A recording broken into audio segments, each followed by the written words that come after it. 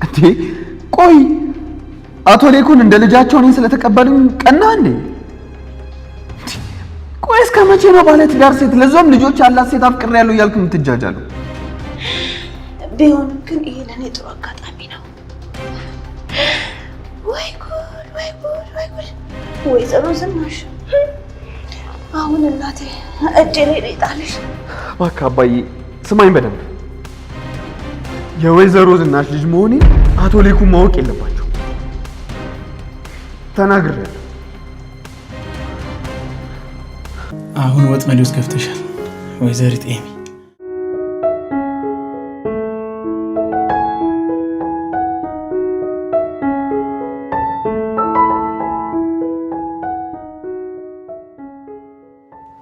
በሰላም ነው ሰላም ሳትለኝ የገባው። እኔ ግን እንዳንተ አይደለሁም። ቡና ይዤ ልመጣው። ቆይ ግን በመጀመሪያ ቡናውን ያፈላው ማን ነው? ያንቺ ነው? ለምን እንደዚህ ያልክ ነው? ወይስ ላለቃ ቡና ሳፈላ ተደብቀህ ታይኝ ነበር? ባይሽ ችግር አለው? ችግር አለው? አዎ ችግር አለው። ቆይ እኔ መከታተሉ ለምን አስፈለገ? ታውቂያለሽ፣ አንዳንዴ በናውም ቀናበታለሁ። እንዴት? እሱ እድለኛ ብዙ የሚወደውና የሚያስብለት ሰው አለ። አንተስ የለህም? እኔን ከአባቴ ውጪ ማንም የሚያስብልኝ ሰው የለም። ታውቂያለሽ፣ የወለደችኝ እናቴ እንኳን ፍቅሯን ለማሳየት ፈቃደኛ አይደለችም። አይ እንደዚህ ብለህ እንኳን አትደምድም። ባለፈው ውጭ ያደርክ ጊዜ እንዴት እንደተጨነቀች እኔ ራሴ አይቻለሁ። ካልሽ ግን እሷን ላለማየት እዛ ቤት መግባት አስጠልቶኝ ነበር። ግን ምን ያደርጋል፣ ጋሽ ሌኩን አስገድደው ነው ያስገቡኝ። እሳቸው ናቸው ማለት ነው ወደ ቤት የመለሱ? ይልቅ ከናሁም ጋር ስለታረቃችሁ በጣም ነው ደስ ያለኝ። መጀመሪያውኑ በማያገባኝ ነገር ውስጥ ነበር የገባሁት። አንተ እኮ ልክ ነበርክ ዳግም። እኔም በአንተ ቦታ በሆን ኖሮ ተመሳሳይ ነገር ነበር የማደርገው። ቢያንስ እንኳን አንቺ የወይዘሮ ዝናሽን ሚስጥር አምራን ሰማች።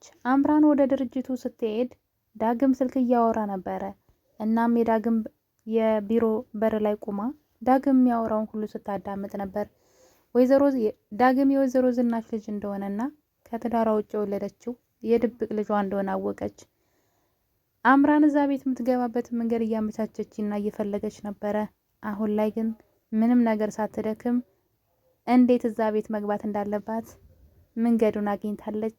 አምራን የዳግምን የወይዘሮ ዝናሽ ልጅ መሆንን ሚስጥር ካወቀች በኋላ በፍጥነት ወደ ወይዘሮ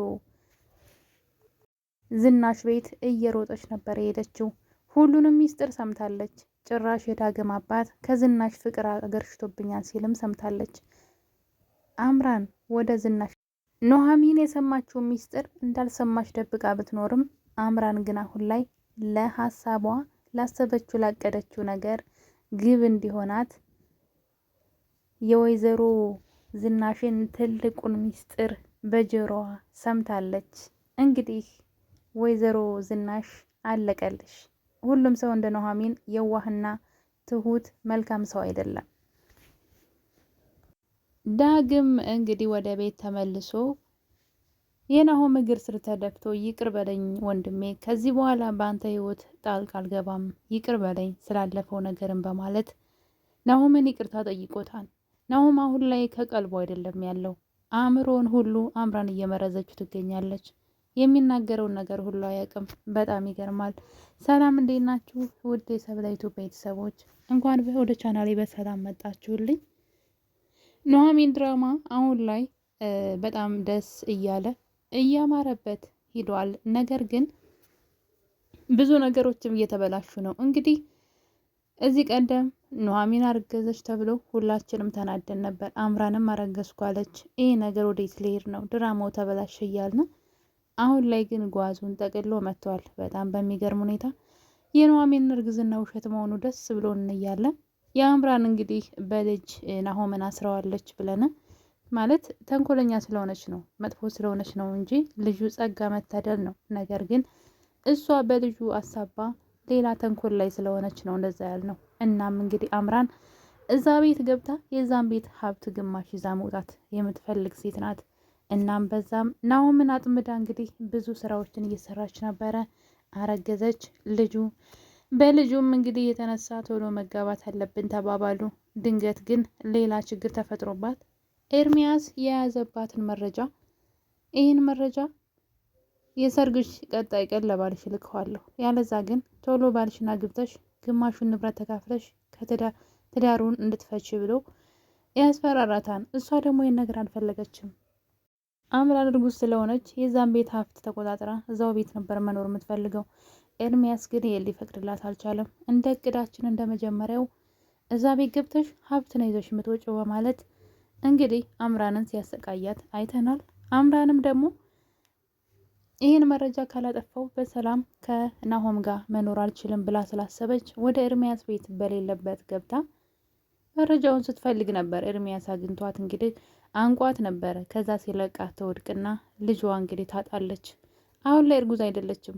ነገር ግን ቤተሰቡን አሁንም እያታለለች ትገኛለች። ይህን ነገር ዳግም አውቋል።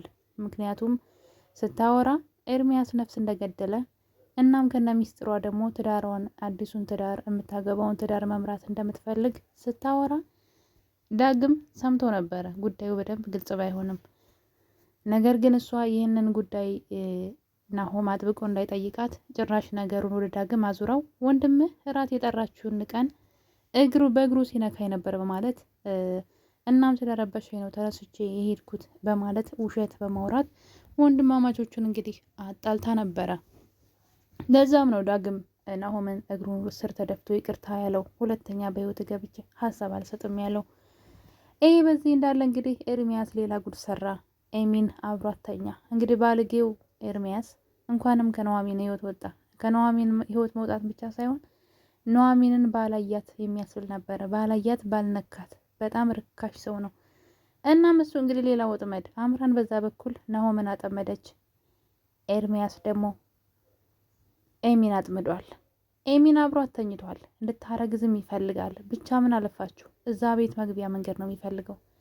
በኤሚ በኩል አድርጎ እዛ ቤት መግባት ይፈልጋል። እኔ እኮ የድፍረቱ ጥግ ነው የሚገርመኝ። ኤርሚያስና አምራን እዛ ቤት በምንም ነገር ብለው ሊገቡ ነው። እሱ ኤሚን አብሯት ካደረ በኋላ ለቤተሰቦች ስለ ፍቅራችን ንገሪያቸው፣ ከዛም እዛ ቤት አብረን እንገባለን እያለ ነው። አምራን ደግሞ እርጉዝ ሳትሆን አሁንም ናሆምን እያታለለችው ነው። ጭራሽ አሁን ላይ ያለ የሌለ ኃይሏን ተጠቅማ ቤተሰቡን እርስ በርስ እያጣለች ትገኛለች። ለናሆም ዳግምና ኑሐሚን ቢሮ ሲሳሳሙ አየኋቸው በማለት ሌሎችም ነገሮች በማውራት የናሆምን አእምሮ እየመረዘችው ትገኛለች።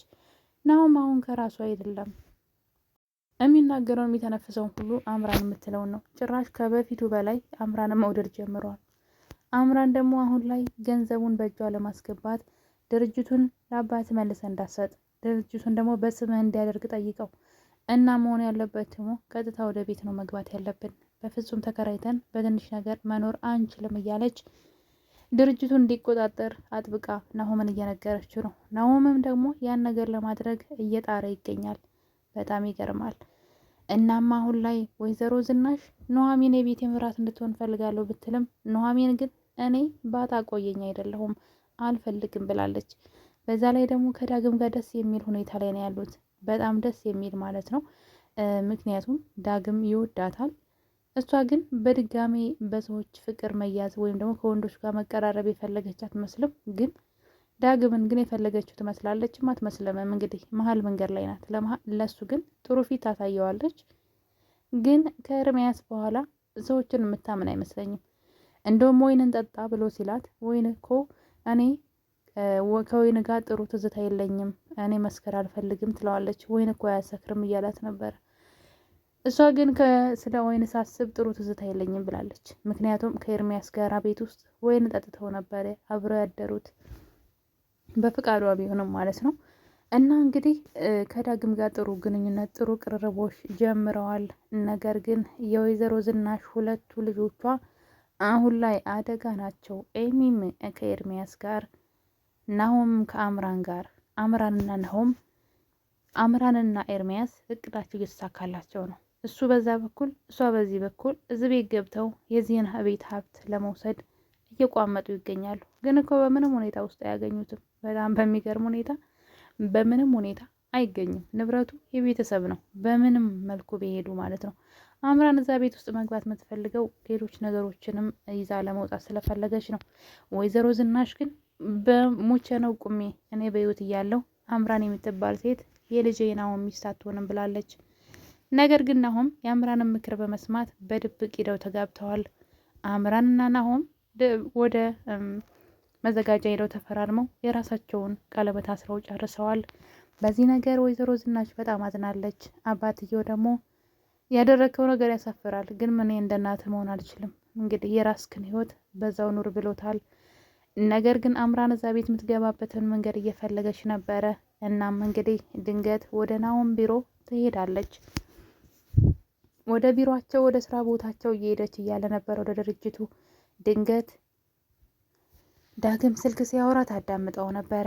ወደ ዳግም ክላስ ሄዳ ዳግም ወደሚሰራበት ቢሮ በር ላይ ቆማ ዳግም ከአባቱ ጋር እያወራ ነበረ። እናም አባቱን አባዬ ምንድን ነው የምትለው? ከወይዘሮ ዝናሽ ፍቅር ይዞኛ ነው የምትለው? ትዳር ካላት ሴት ጋር ነው እንዴ ፍቅር የሚይዝህ ነው ወይስ አቶ ለይኩን እኔን እንደ ልጅ ስለተቀበለኝ ተናደሃል? እያለ ከአባቱ ጋር ሲያወራ በጆሮዋ ትሰማለች። እሱም የወይዘሮ ዝናሽ ልጅ እንደሆነና ከባለ ውጭ የወለደችው ልጅ እንደሆነ በጆሮዋ እንደምታዩት አምራን በር ላይ ቆማ ታዳምጣለች። እናም ይህ ነገር ለአምራን ትልቅ ነገር ነው። ምክንያቱም አሁን ላይ ወደ ወይዘሮ ዝናሽ ቤት ሄዳ ወይዘሮ ዝናሽን የምታስፈራራበት ትልቅ መረጃ እጇ ላይ ገብተዋል። ከዚህ በኋላ ወይዘሮ ዝናሽ ጉዷ ሚስጥሯ የአምራን እጅ ላይ ወድቋል። ሁሉም ሰው እንደ ኑሐሚን ታጋሽና ትሁት ሰው አይደለም። ኑሐሚን የሰማችውን ነገር እንዳልሰማች ረስታ ህይወቷን ቀጥላለች። አምራን ግን አሁን ላይ የሰማችውን ሚስጥር መጠቀሚያ ልታደርገው ነው። ወይዘሮ ዝናሽ ጉዷ ፈላ። እንግዲህ በግድ ወዳ ሳይሆን በግዷ አምራንን ወደዛ ቤት እንድትገባ ታደርጋለች።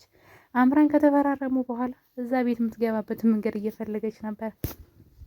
በግድ ቤተሰቦቹ እንዲያሳምናቸውም ለናሆም እየነገረችው ነበር። አሁን ግን ምንም ነገር ሳያስፈልጋት በራሷ ጊዜ ወይዘሮ ዝናሽ እዛ ቤት አምራን እንድትገባ ልታደርጋት ነው። አምራን እንግዲህ እዛ ቤት ትገባለች፣ ምክንያቱም ሚስጥሯን ሰምታለች። አምራንም ሚስጥሩን ከሰማች በኋላ ቀጥታ ወደ ወይዘሮ ዝናሽ ቤት ነበረ እየሮጠች ሄደችው። ምክንያቱም ይሄን ሚስጥርሽን ጉድሽን እናገራለሁ እዚህ ቤት እንደገባ ካላደረግሽ ትላታለች። ይህን ውድ ቤተሰቦች እንግዲህ ክፍል 49 ይህን ይመስል ነበር። በክፍል 50 እስከምንገናኝ ድረስ ሁላችሁንም እወዳችኋለሁኝ። ቸር ቆዩልኝ።